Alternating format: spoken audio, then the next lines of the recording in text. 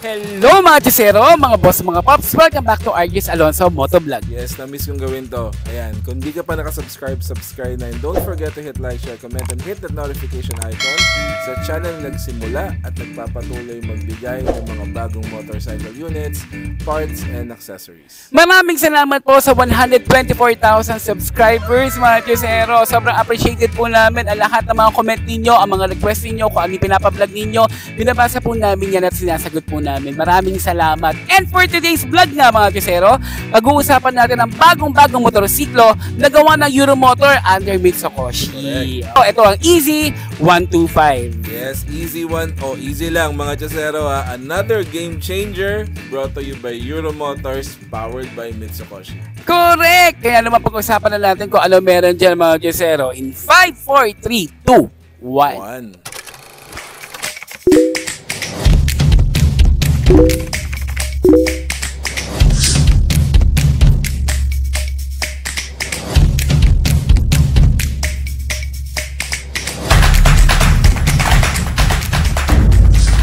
Dahil na-miss namin kayo mga chisero, pag-uusapan natin ngayon ang bagong labas ng motorsiklo na gawa ng Euromotor. Ito ang Easy 125. Pero bago natin pag-usapan ng specs niya mga chisero, presyohan na muna natin yan. Ang SRP nito ay nasa 61,900 pesos. Uy, kayang-kaya.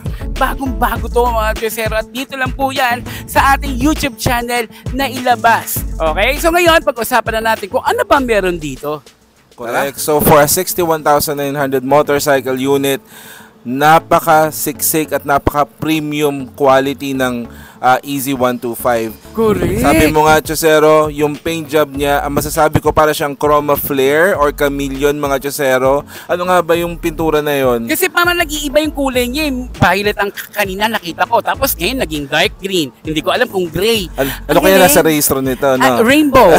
Sige, patingnan mo niya. Pakita mo yung sabi natin chroma flare. Kaya mga Chosero, kung titignan ninyo, kung dito nakikita natin dito, dark green. Pero pag nilayo mo yung camera, pag ilalayo natin, magiging violet ang ayan, kulay. mga Chosero, ayan. Nagiging violet siya. So, mga Chosero, first of its kind ko nakita to sa mga motorcycle. So, pasensya na kung ignorante, mga Chosero. No? Pero, chroma flare, it is.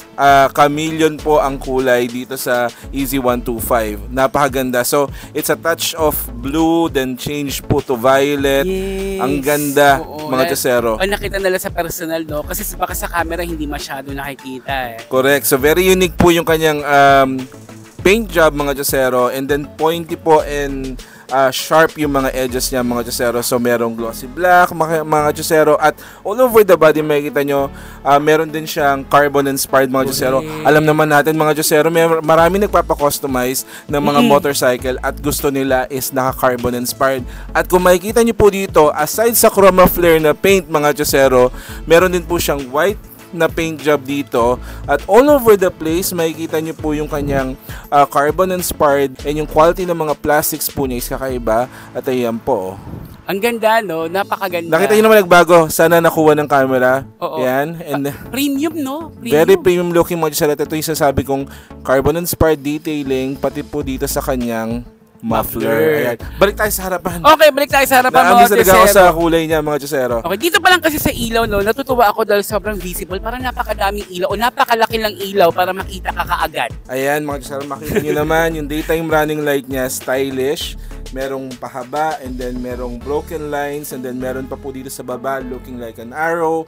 Malaki po yung kanyang signal lights, mga Chosero, makikita nyo pa. And very flashy at very minimalist po yung kanyang ilaw sa harapan. Oo.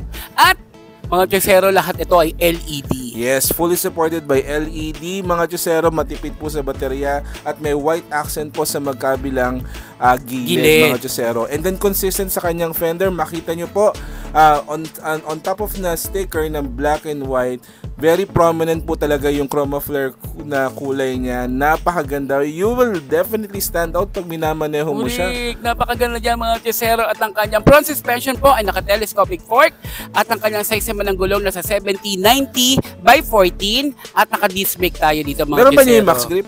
Meron max grip dyan, 14 size. Meron po yan, mga Chosero. Sa Yellow Star lang po siya mabibili. Ayan. At ito mo yung kanyang mugs, no? Yes. So, marami pong nagpapa-customize mga Diyosero. Dito, naka-white mugs na rin po siya mga Diyosero. Oo, at meron available sa Yellow Star niyan, ang Levenger mugs. Malaysian Yes. So, well, overall look mga Diyosero, ang pogi niya, small but terrible, and again, for 61,900 SRP, well, sulit na sulit ka na dito sa Christmas bonus mo. Yes, mga Diyosero. At hindi siya mamaliitin. Pag nakita mo sa kalye, napakaganda. Correct. So ngayon naman tayo rito sa ating panel, mga Diyosero. Akalain ninyo, naka-digital panel na to. Diba? Yes. Gusto ko yung design niya kasi parang yung manual na bilog. Yes, ang masabi ko dito, naka-smartwatch po yung itsura niya, mga Diyosero.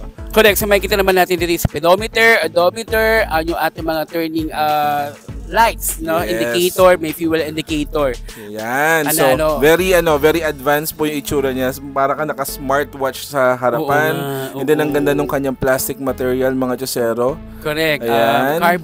Carbon inspired, mga Diyosero. Okay. Ang gastos talaga magpa-carbon lately, di ba? Medyo talaga, no? Pero dako na tayo sa ating mga buttons. Ito, mga Diyosero, ganun pala yung basic natin, yung ilaw at yung ating electric starter. At dito naman po sa kalabang, mga Diyosero, yung high beam and low beam at ang ating signal at ang ating horn. At meron tayong park brake sa harapan. Nice. Safety feature, mga Diyosero. Okay, medyo makitid lang yung yung kanyang handlebar, pero pwede na yan sa akin. Correct, mga Diyosero. Pang female, pwedeng pang new rider, office worker, hindi ka mapapahiya, mga Diyosero. At kung bababa naman tayo, mga Diyosero, no, dito sa bulsa natin, medyo may kalyaitan na onte. Pero kasya naman yung cellphone natin dyan. Pero importante, may USB. Yun, so makakapag-charge ka pa ng unit mo, mga Diyosero. Importante may pockets. Meron ding small itsy-bitsy pocket po dito sa kabila for your change siguro. Ayan, at syempre, hindi pa tayo nakakilos dito. Pero maganda yan kasi safe yung ating susian dahil nalalak naman. So, Diyosero, pakita mo nga, pag binuksan mo ba siya, kano kabilis mag-react yung kanyang panel? I-off natin, ha. Tapos i-on natin. Wow! Smartwatch. Kulang na lang i-count yung takbo mo, yung steps mo. Yes, ikaw na. Ayan, ganda. Ganda, mga Diyosero. I agree. It's a piece for good talking pag nagkaparada kayo or traffic. Ang gandang pag-usapan. Ayan. Correct, mga Diyosero. At tingnan natin dito, meron tayong hook dito. Di ba, friendly siya para sa mga namimili. Yes, and speed for wise, mga Diyosero, ang ganda ng hulma ng kanyang body. So, on top of design, panigurado sa kanyang aerodynamics. Ay, tama. Maganda, mga Diyosero. Ang ganda. And then, I think this one allows your foot to rest well, diba? Yung legs mo. Kasi may kurba ng konti dito. So, hindi ka masyadong mapipit-pit. May safe, no? Correct. And then, may may gulay board din siya. Yes, meron tayong gulay board dito, mga Diyosero. Pero wag po kayo mag-alala, ang baterya wala dito. Yes. Ang ganda ng design. Hindi lang siya yung plain plastic.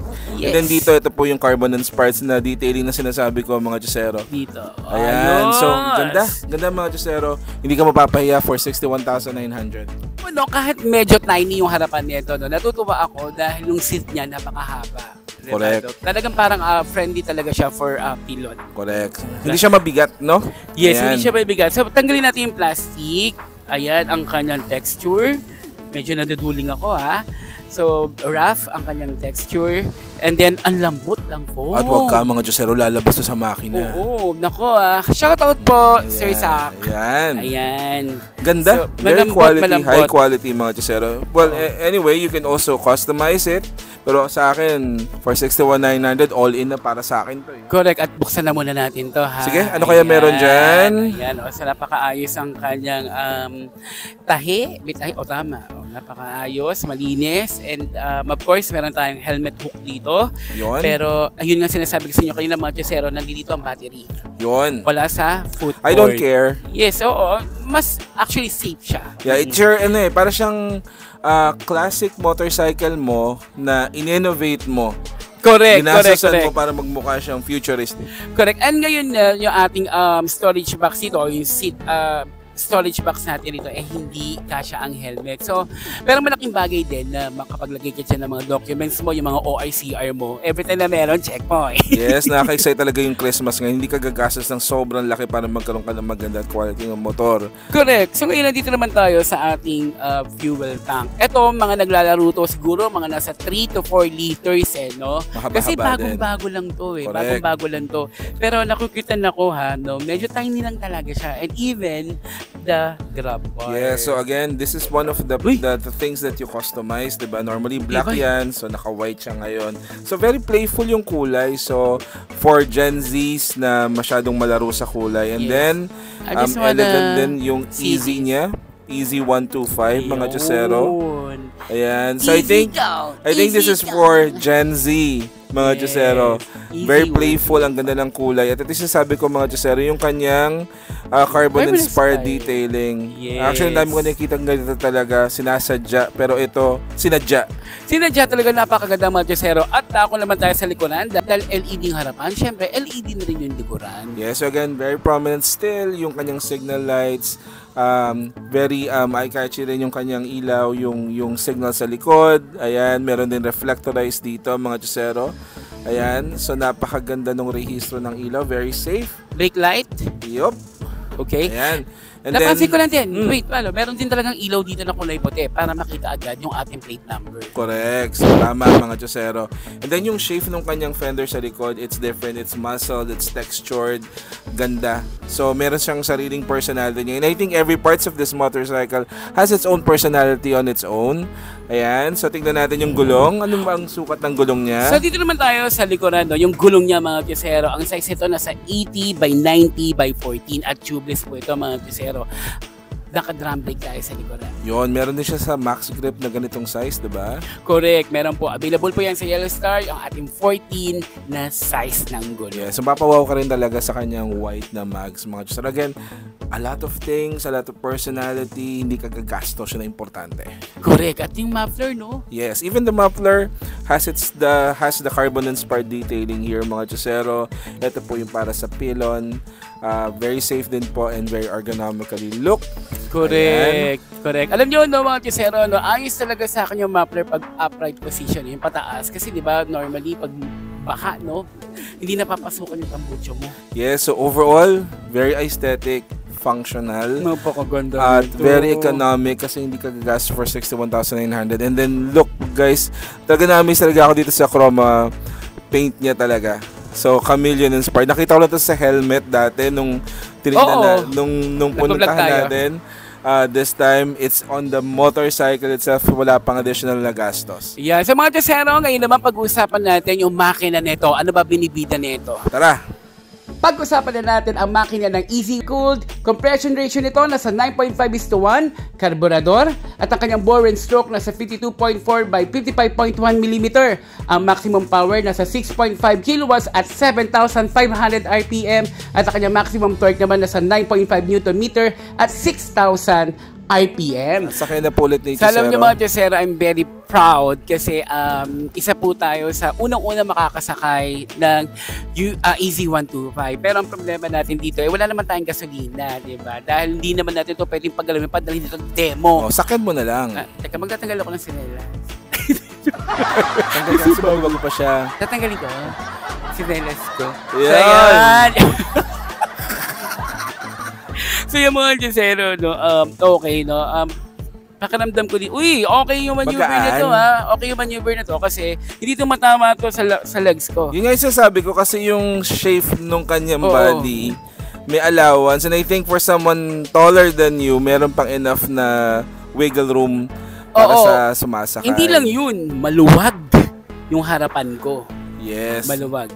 Maluwag, and especially these days, not everyone loves yung bulky maxi scooter. Like sometimes they want the traditional classic scooters. Yes, at gusto ko yung laro niya.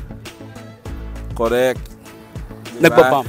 And at the same time, your traditional scooter, this time full packed with aesthetic cool features. Okay. So mga Josero kasi 5'5 ako. 5'5 ako Tapos naka-center stand pa to. Ayan din pa ako nakatungtong na sa lupa. So ibig sabihin, pwede siya hanggang mga nasa 5'3", 5'2", diba? Correct. Bagay Lalo sa, na kapag- bagay sa students, sa Yes, office lalo na workers. kung ibababa ko to. Wait lang, Correct. ibababa ko.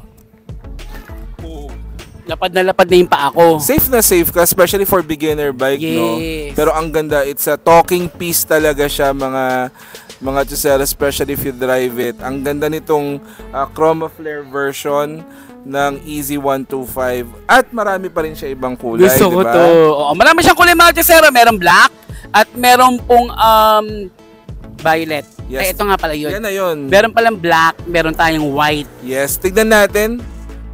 O diba? So mga chesero, no? Sa 61,900 natin may mga pagpipilian tayo na 4 na klaseng kulay. Meron puti, merong itim, meron parang brown violet at yung pinag-usapan natin kanina na blue or green na violet. Wow, Yan. ganda eh. So maraming salamat po sa Mitsa Koshet sa Euro Motors dahil tayo ang kauna-unahan palagi na nagre-release at nagbablog ng mga motorcycle nilang bago at pagkaabangan nyo rin po mga Tiyosero yung bago pang isang Euro Motor na ilalabas po natin at merong kahawig daw yun pero parang mas ni-level up pa at mas maganda pa. Ay, wait lang. Oh.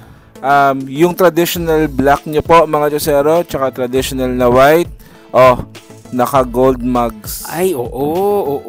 Oh, So talaga may pinagkaiba talaga sila, no? Pag ang pinili mo, yung puti at yung itim, yung kanyang logo ng Easy 125 ay naka-sticker decals. Pero pag Correct. binili mo yung ano yung isa? yung Chroma Flare. Chroma Flare. Hindi ko mabigkas. Pasensya na po mga Gisero.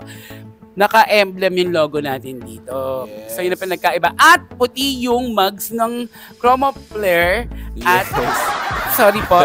At gold naman yung ating mga traditional. Standard, yes. Standard. Ang ganda mga Tiyosero. Tama-tama. Sulit mo ang 61,900. Correct, mga Tiyosero. Kaya naman, huwag niyo pong kakalimutan mag-subscribe at mag-comment po sa lahat ng mga vlog na ginagawa po namin. At marami pa po kayong pagkakaabangan ng mga motorcycle na vlog ibibigay namin sa inyo. Ibibigay o ipapublish natin. Yes, mano po Ninong at Ninang sa ulitin po. Thank you mga Tiyosero.